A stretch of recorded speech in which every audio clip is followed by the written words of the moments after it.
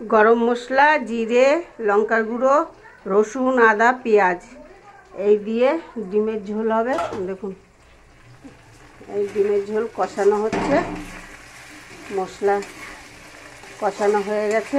দেখুন কষানো হয়ে গেছে। এবার এই গরম জল বসিয়ে রেখেছিলাম, এই জল দিয়ে দিলাম।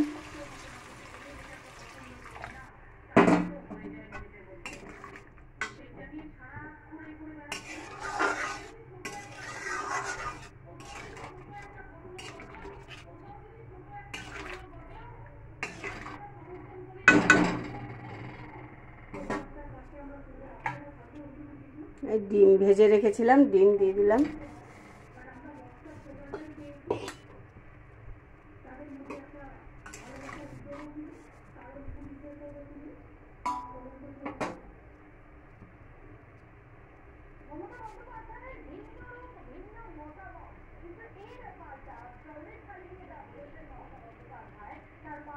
এটা যেহেতু শুকনো লঙ্কা দিয়ে করেছি গুঁড়ো, ওই জন্য এটাকে পাতলা ঝোল করব।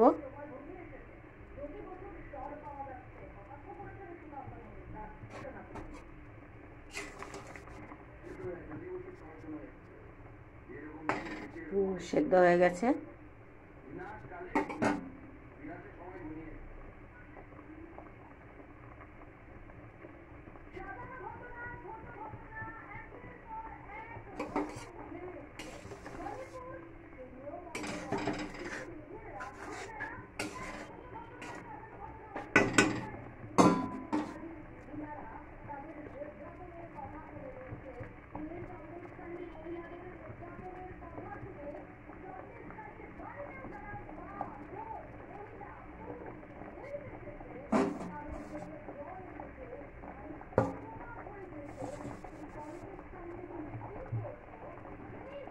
চলুন, হয়ে গেছে।